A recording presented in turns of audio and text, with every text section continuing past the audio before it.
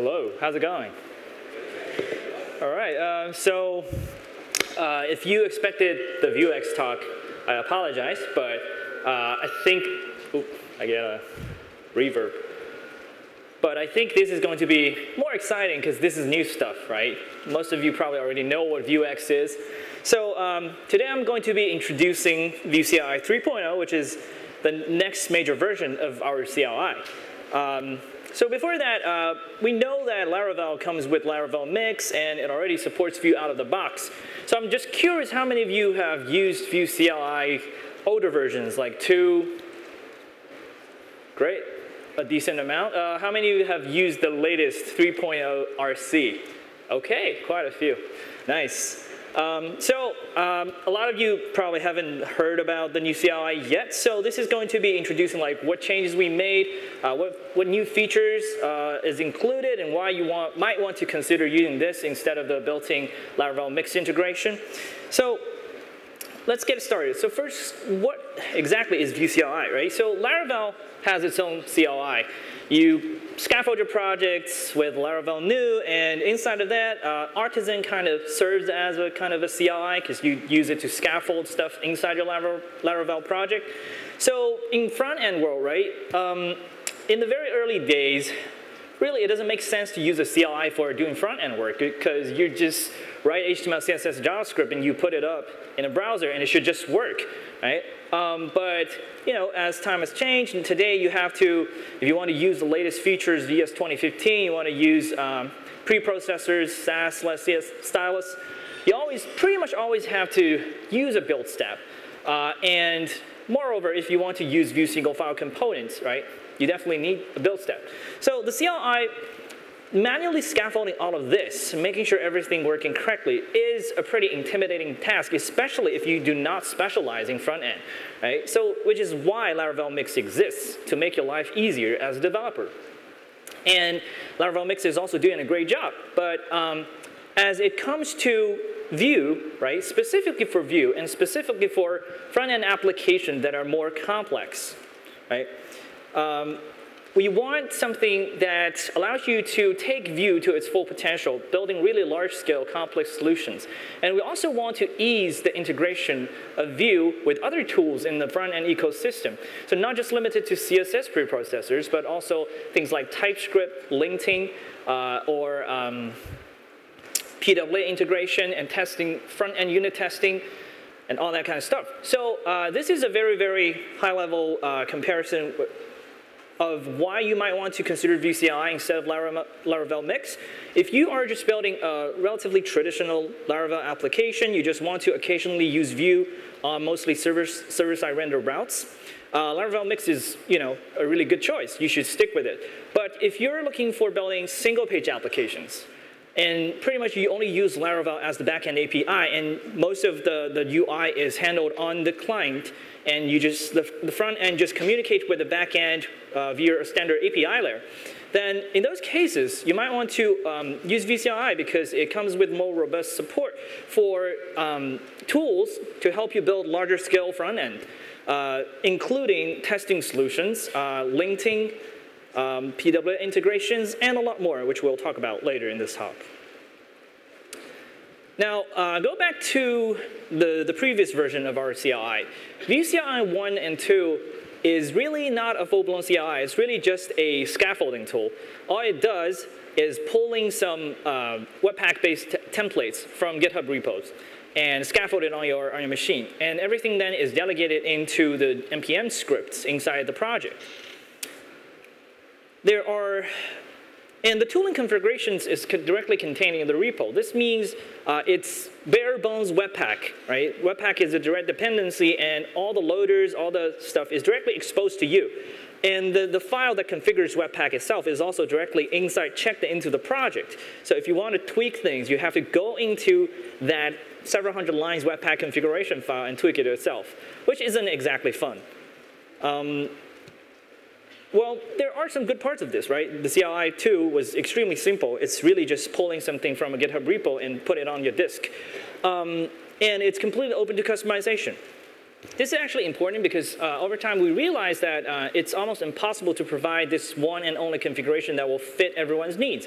From time to time, you will definitely have to tweak the configuration to some extent. So other frameworks like React, React has a CLI called Create React App. Create React App takes the extreme zero configuration approach, where if you use it to scaffold your React application, it completely abstracts Webpack away from you. So if you don't want to know about it, you can't even ignore its existence. And everything works. It's nice, but once you want to actually tweak something inside Webpack, React Create App forces you to do something called eject, which means it will pull out all the internal Webpack configurations into a plain file and tuck it into your application. And now you're responsible for the whole thing. And the downside of this is it's not upgradable anymore. So once you eject, you're completely on your own. And if there is a new version of Create React App that comes out later with fixes to these Webpack configurations or new features, because you have already ejected, you will not be able to upgrade. And you're stuck on the ejected version of your app.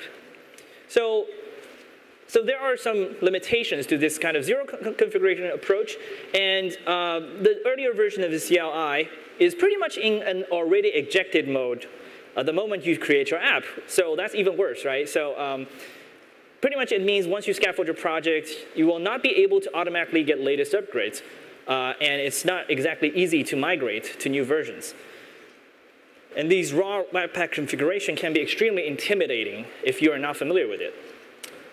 And in addition, when you want to allow the community to enhance your official template, pretty much the only way to do it is either pull request it into the main templates or have a forked version of it. So pulling everything into a single template makes it a huge mess because all of these features need to interact with one another. And templates are using string-based interpolation to figure out what code you should scaffold depending on what features are present. And it makes the template extremely hard to maintain. So which is why we started considering writing a new version of the CLI in the first place. In addition, we have these community fork templates. So the PWA template of the Vue CLI 2 was actually maintained by some engineers on the Chrome team. The TypeScript template was actually maintained by teams at Microsoft. They maintained those templates for a while, but over time, as we push new features to the upstream template, it's very difficult for them to constantly keep everything in sync because of the changes they've made. So this kind of introduced, caused us to consider a different strategy. Pretty much the new strategy is we want to, first, we want to tackle the issue of ease of use versus features and options, right? It can be, the template should be, well, we're no longer talking about template, we're talking about your project, right? The project should be easy to scaffold, easy to use. If you don't need anything special, it should just have minimal options and should just work out of the box. But at the same time, it should be able to support a rich set of features like LinkedIn testing, PWA, and all that. And customizability versus upgradability. We want to allow people to customize and configure the internal configurations when it's necessary. But at the same time, we don't want to force people to eject and give up the possibility of upgrading in the future. And finally, extendability versus conventions. We want to allow people to, we want to enforce a certain, so this is going to be the standard tooling for Vue applications, right? And we hope that it's going to become the actual standard. But at the same time, we don't want to lock people into whatever we've decided is the way to go. So it's actually pretty extendable in the lower level. If you want to just write a plugin system, write a plugin, which we'll talk about later, you can actually use it to do some pretty different things. Okay, so the goals for the new version of the CLI is first it's zero configuration by default. When you use the default configuration, it gives you the bare bone minimum of what we consider a baseline for modern JavaScript applications. You'll get Babel with automatic polyfill detection.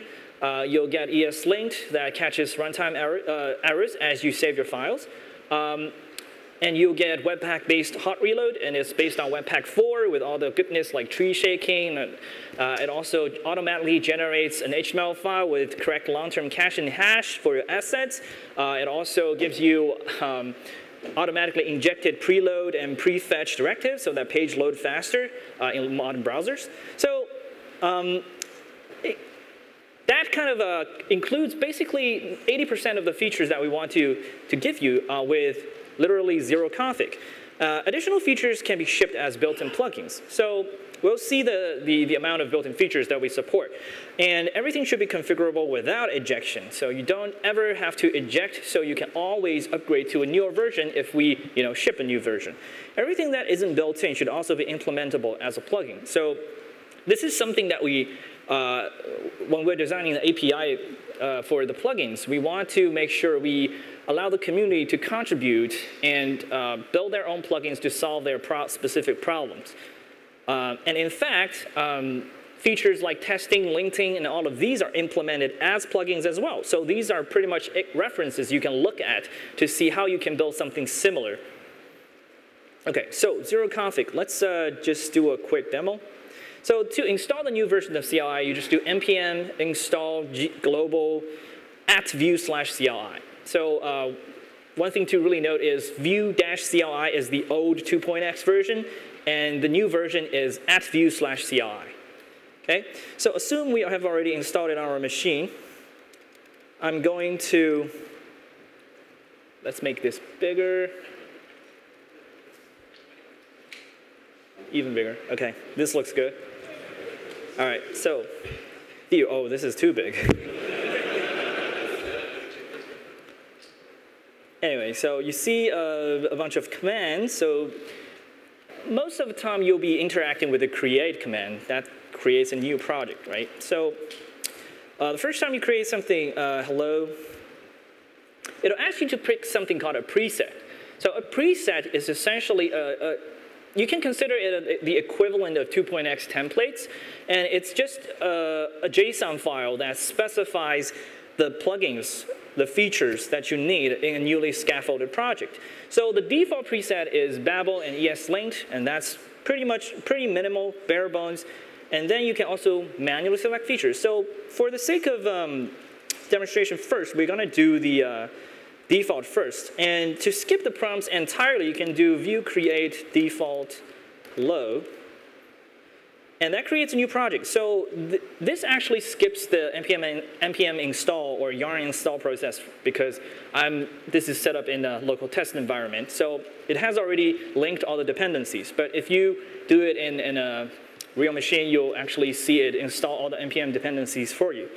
So cd hello, and let's take a look at the project. So it's pretty minimal. So we have the node modules. We'll ignore that. So public is, public. Puts all the files that you can access on the web. Source is going to be your source file. And you have a Babel config file, which uses our Vue preset.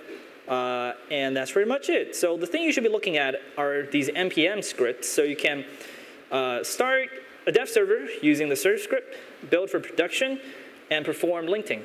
So everything is done through this thing called Vue CLI service. So this is going to be the runtime part of our CLI. So the global installed version of the global install @vue/CLI is just the tool for creating new projects. Once the project is created, everything inside the project is handled by Vue CLI service. So this is pretty much the equivalent of Artisan inside a Laravel project. And you can see this is the core Vue CLI service. And these are the plugins, CLI plugins, right? So because the default preset comes with Babel and ESLint, both of these are included as plugins, as dev dependencies, and they'll be installing a project. Because we use the default, it goes the really minimal route, so as few files as possible. So the ESLint configuration is actually put inside your package JSON. If you use manual, you can actually choose to use dedicated files of every single thing. Post CSS, auto prefixer works out of the box. Browsers list allows you to specify the target browsers that you want to target. So this applies to both Babel and Post CSS. which means if you specify a browser range here, Babel will automatically apply only the needed polyfills and transformations to your code. So let's say if you do like only latest Chrome, then your compilation will be extremely fast, and output will be plain as 2015 because Chrome supports everything, right? So this is pretty much the one and only way for you to specify your target browsers, and everything else becomes automatic. It just like applies to the correct polyfills for you. So let's take a look. S is just my alias for npm run serve. So runs the dev server on the local machine, and you'll see the app running, and with hot reload out of the box, everything you're used to, with links to the installed CLI plugins. Okay, so that's pretty standard. Let's go back to the manual mode. If we pick manually select features, you'll see there's quite a lot of them, right? So you can select TypeScript, PWA support, router, Vuex, CSS preprocessors, unit testing, end-to-end testing. So if you are happy with Laravel Dusk, you probably don't need end-to-end testing. But unit testing is pretty tricky to get all of these things working together by yourself, I would say. It certainly took us quite an amount of time to make sure everything works together. So let's just let's hope this works. Okay, so once you select these plugins, each of them can ask you additional questions, like do you want to use class style component syntax? Even if you use TypeScript, you can still use Babel to do the automatic polyfill detection. You can pick the preprocessor you want to use. You can pick the linting solution you want to use. Because we have TypeScript, there's TS linked, but if you don't, you can use ES linked. You can also have link on save. This will link as soon as you save and tell you about it in the console, or you can do link and fix on commit. This only works if the project is at the root of the repository of its own. So we're going to skip that. Front-end testing solutions. Just now you can say if I want to put these configuration files in their own files, and it runs the completion hooks. Takes a very long time and throws an error. Okay, so because I'm running this locally in the dev branch, so something goes wrong. But if we go into manual, I think that's related to linting. So you can see it scaffolds the project with all the necessary features. And if you do yarn test unit,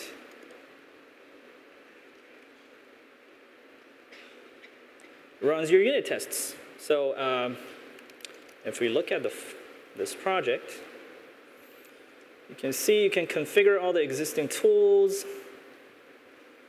And we have scaffolded a hello world test for you. Uses our latest Vue test utils for unit testing your components. And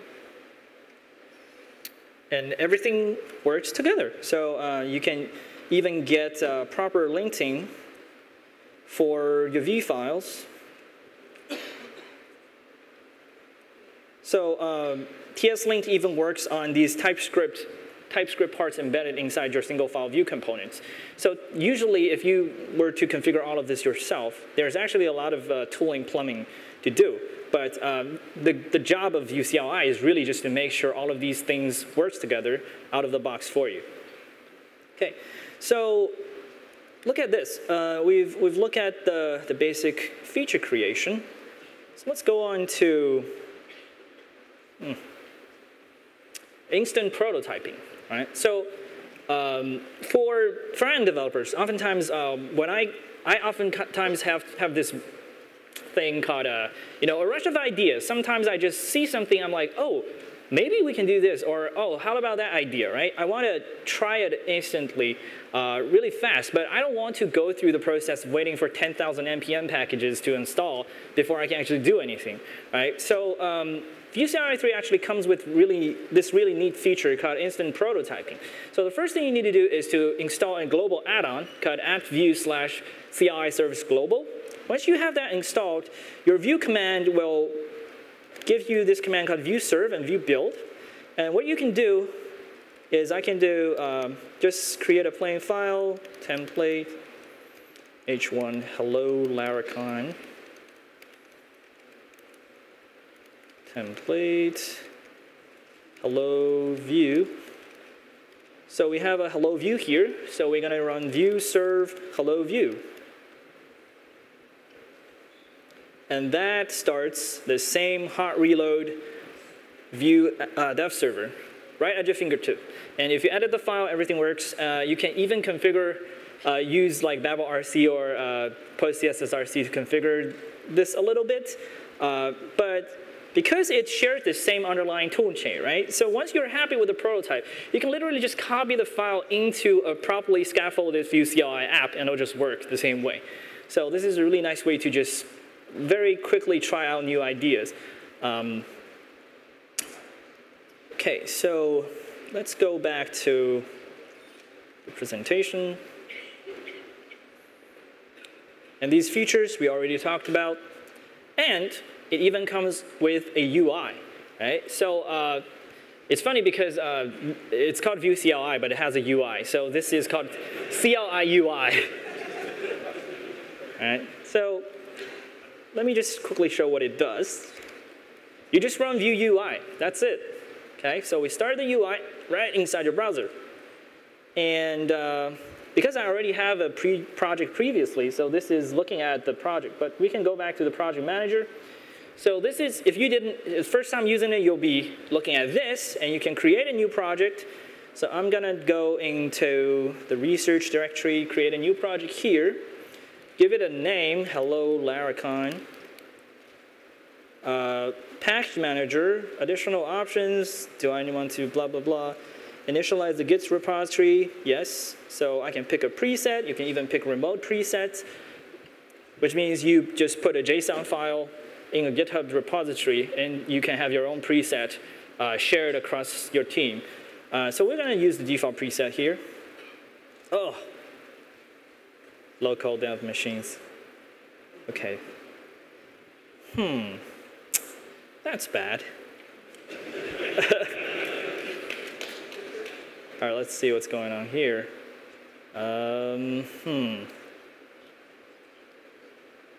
Probably don't have enough time to fix this on the spot. So, OK, let's do this again. So I'll skip the creation part, but my previous project still works. So luckily, so this is the project view, right? I'm inside a project. I'm looking at the project has its existing plugins. This one has the PWA plugin installed, and Babel and ESLint. So this was a bare bone app created and with the PWA plugin added. So you can add plugins as well. OK, cool. So you see it lists all the plugins available. There are actually quite a bunch. So everything's prefixed with @Vue are official plugins, and everything that's starting with just Vue CLI is third-party community plugins. And this is Vue CLI plugin Apollo. This gives you integration for Apollo to work with GraphQL. These are official integration with PWA TypeScript, end-to-end solutions, unit testing with Mocha. Vuetify has its own plugin, so you can just integrate Vuetify into your project very easily. Quasar has its plugin. Quite a lot of them. So you can write your own. Actually, there are a lot of them, a lot of pages. So we're going to just add something, like we can add maybe plugin Apollo. Please work. This is a conference Wi-Fi, so give it some time.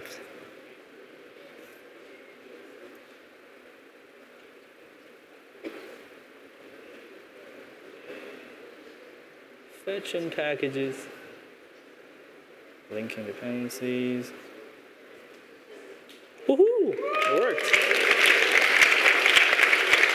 OK, so it even has options asks you, do you want to add code examples, show you how to use the plugin. You can also have a GraphQL dev server with automatic mocking and all that fancy stuff. And you can finish the installation. And it shows you the file diffs and asks you whether you want to commit them. So yes, I'll commit that. add Apollo, commit, and voila, we have added Apollo integration into your Vue CLI app. So, this is plugins.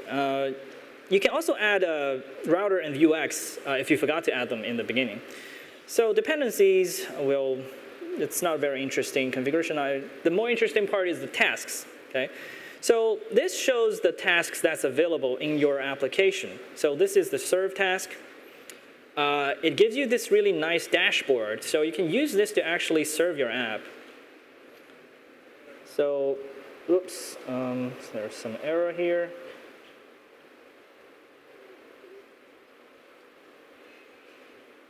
Yes, link plugin GraphQL. Okay, this is actually induced by this, so very unfortunate. But let's see if we can. Okay, this is Apollo. Server not running. Is there any way to remove it? Actually, I don't think we can remove this right here. So let's go back to this one, maybe? No, it's not working. Okay. Well, very unfortunate.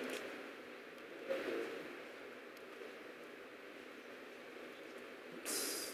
So this is the previous app. Okay. Vue UI, let's run it again. Serve, run task. Okay, so it's missing the ESLint plugin for Apollo. I'm gonna skip that because I really wanted to show off the analyzer, because it gives you this insight, this interactive graph that allows you to look into which module, which package, which file inside your application is taking up the most space in your shipped JavaScript. That will help you to identify things that bloats your JavaScript payload and help you to slim down your app. Okay, so that's the UI. So we don't want to spend too much time here because it's still in beta and it's not very stable, as you can see. Okay, so the next thing we want to look at is configuration. So by default, the project doesn't really require configuration. Most of the configurations you see are actually tooling specific.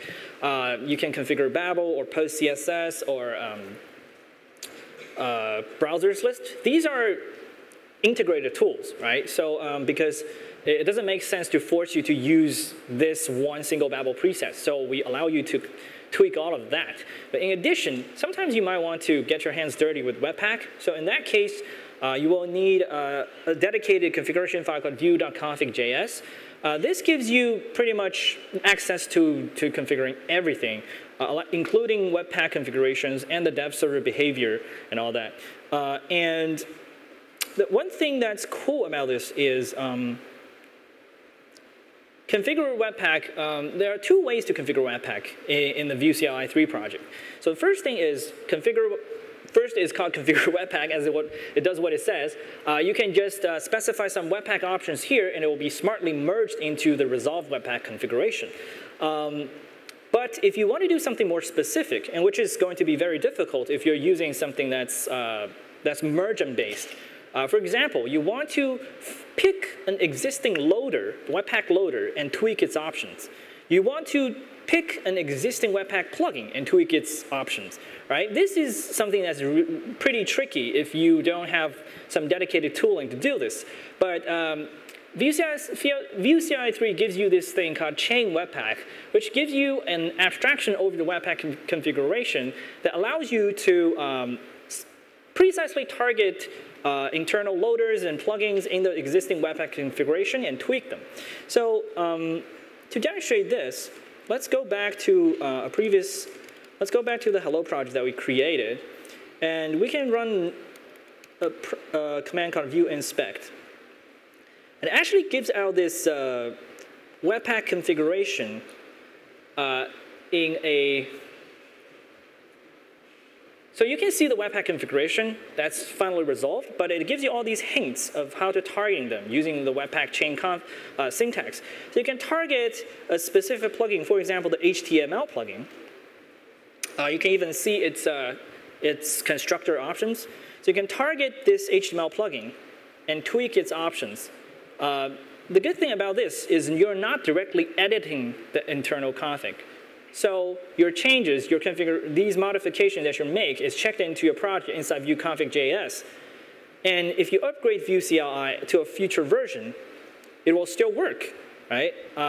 Because we keep all these internal named plugins and rules stable over minor upgrades. So you can also do in Vue inspect plugins to see what Webpack plugins are available inside your Webpack config.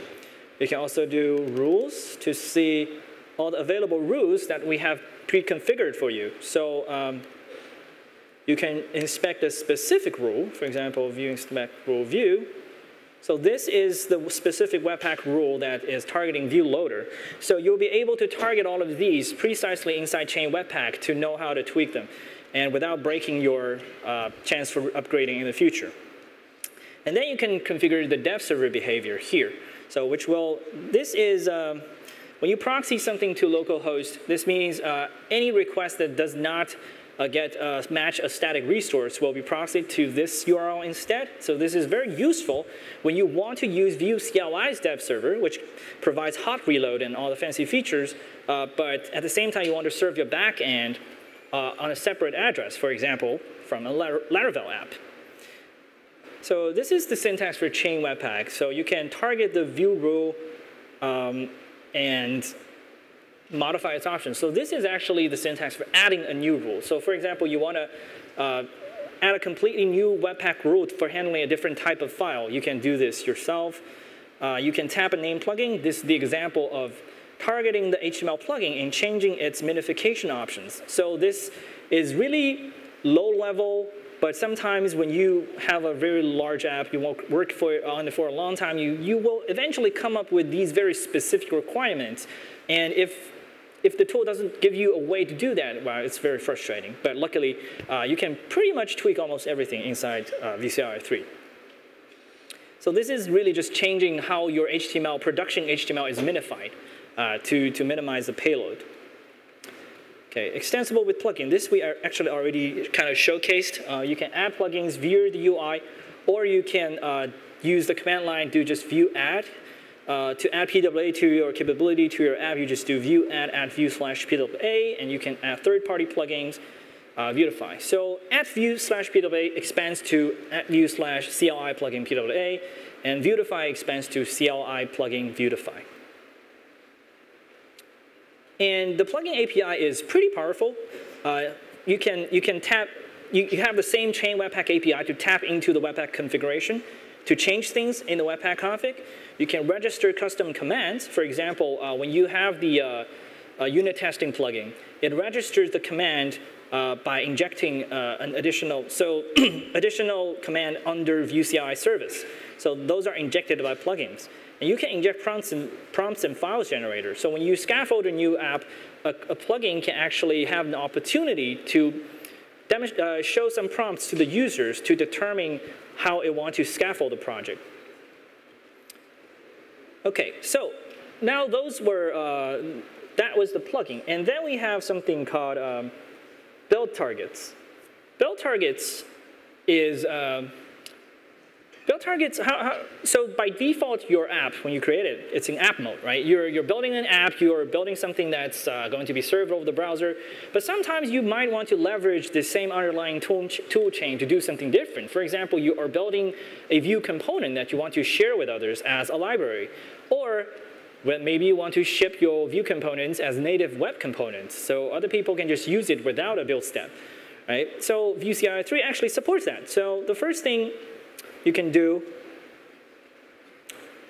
is really just yarn build. So yarn build, this builds the default mode, which is builds an app. But you can do target lib, and this will build your app as a library. And by default, this targets your app.vue because this assumes you're building a component library. Okay? So this will target your app.vue and make it into a component, a library. So if we go into the dist and look at the things we have generated for you. So we have a common JS version build, a UMD build with minified versions and their source maps. It also comes with a demo file.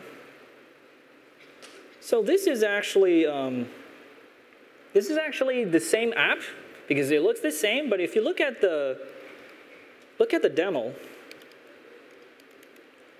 HTML, you'll see that it's actually using the UMD build of your library, which registers a global called hello. You can specify this name with command line flags. So this is a global variable that just points to the component in your application. So this is actually scaffolding a bare-bone Vue app using your exported component as a child component and rendering it on the page. So that's library. And if you want to do something different, you can do yarn build target web component.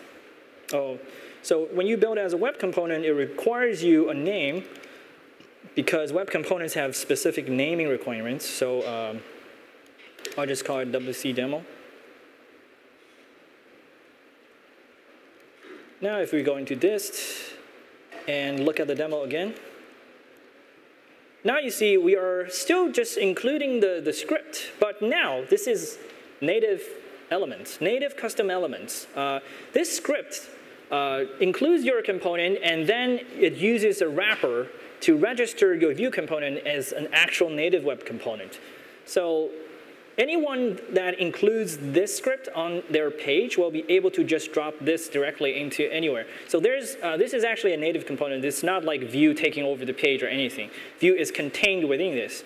So to prove that, let's load this thing. Going to demo.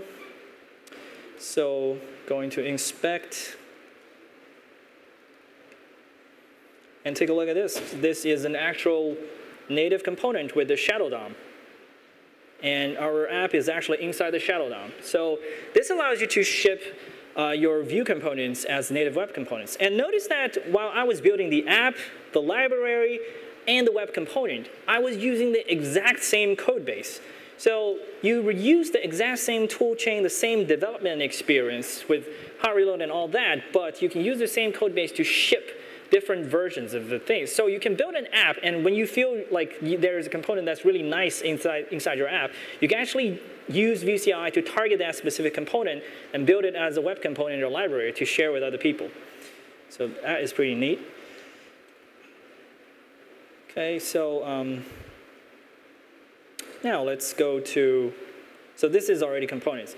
Right there, in addition to the basic web component mode, there is also an async web component mode. So async web component mode allows you to build multiple Vue components. Each of them splits into its own JavaScript chunk. And all you need to do is including the entry chunk on the page.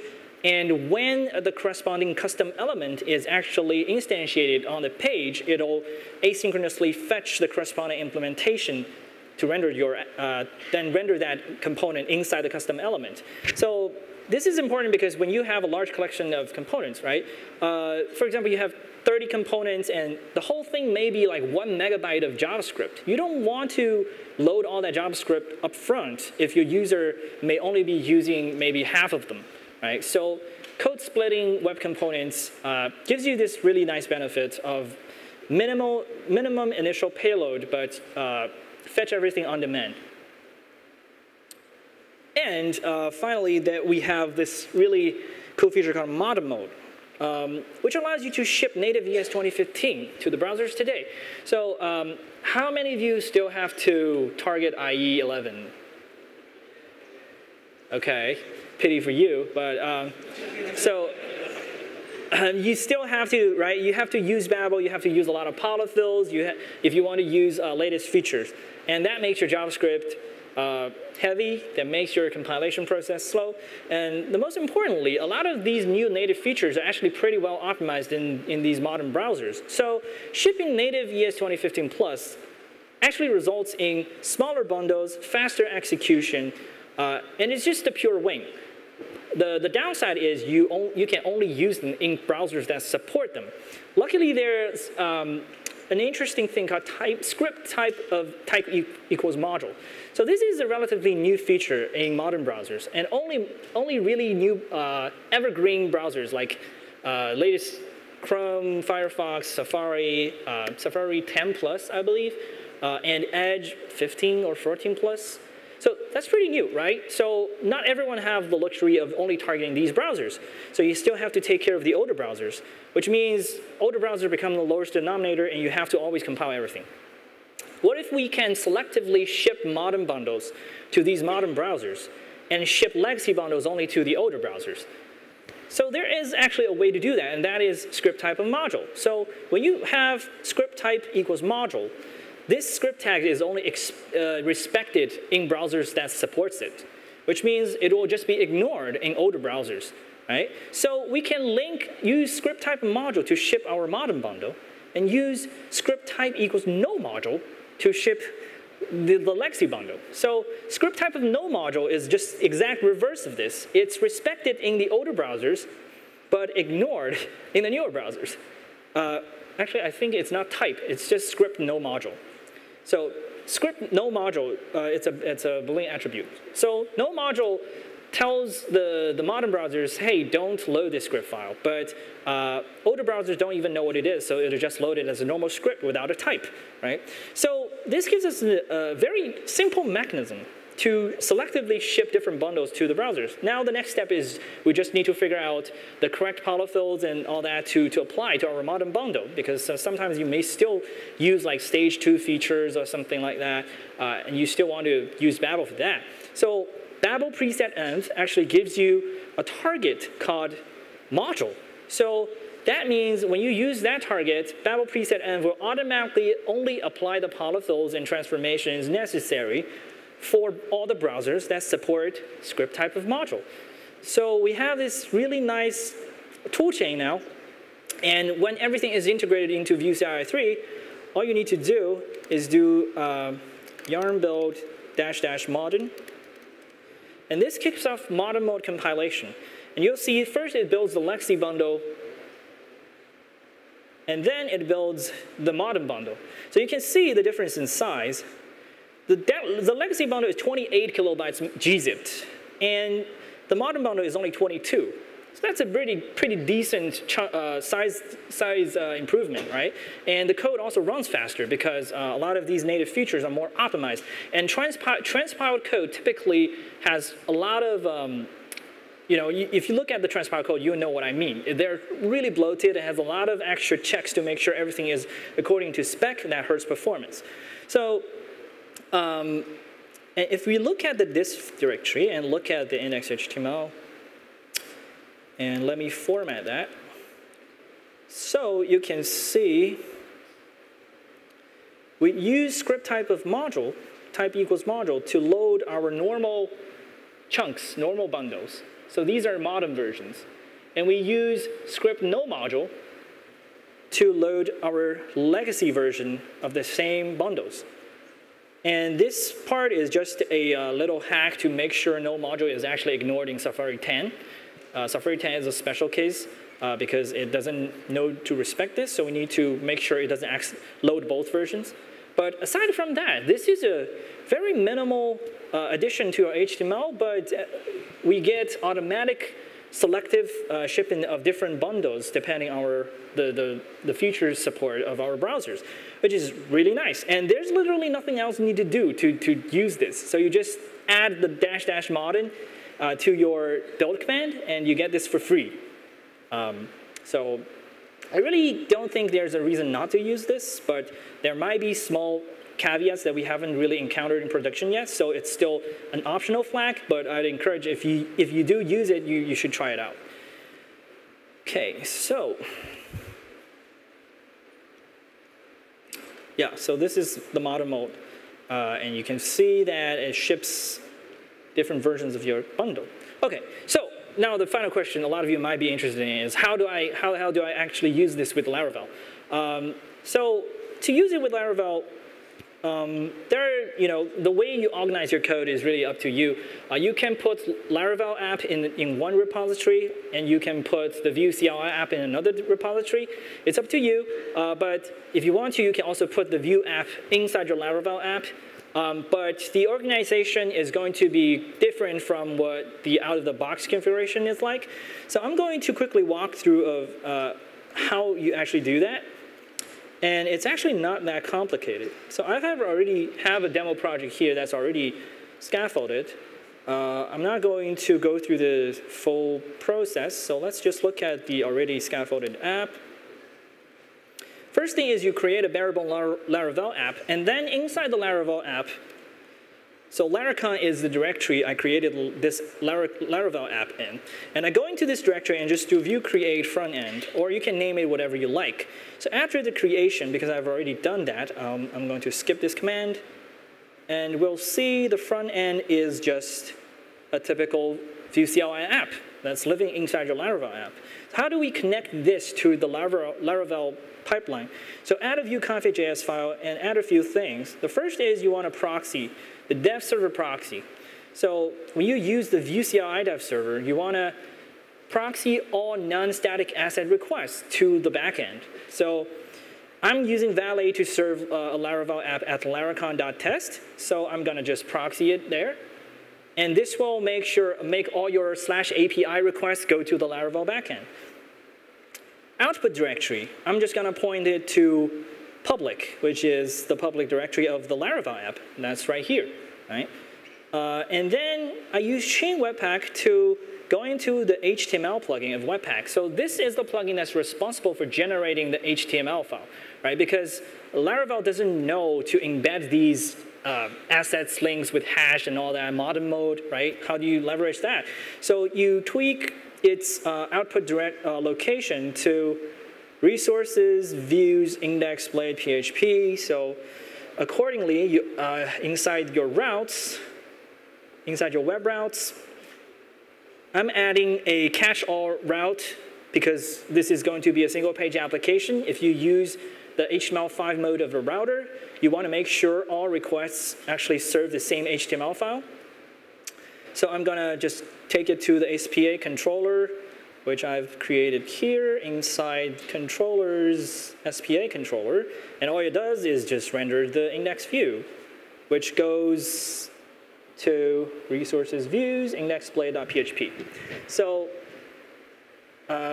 this is where your, if we format it, oops, whatever. Because the HTML file is actually a valid PHP file. So what we are actually doing inside our front-end configuration here is really just make the generated HTML our PHP view, and that's it. Okay? And this is only done in production because during development, you're actually serving the HTML from the Vue CLI dev server. You're not serving it from Laravel. Laravel is only serving APIs during development, and only when you build for production, it will be actually serving the generated HTML. So let's see if this works. Let me go to front end and do serve.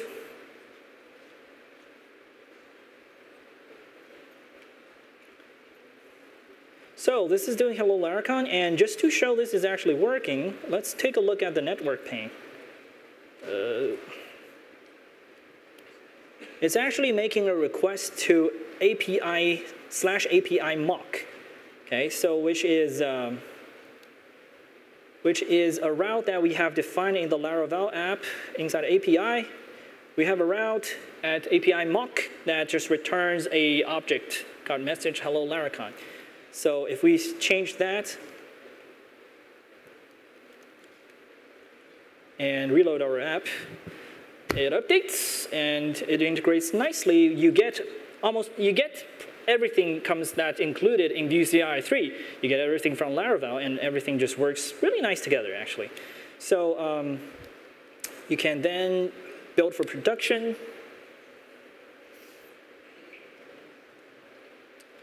And let's inspect the files.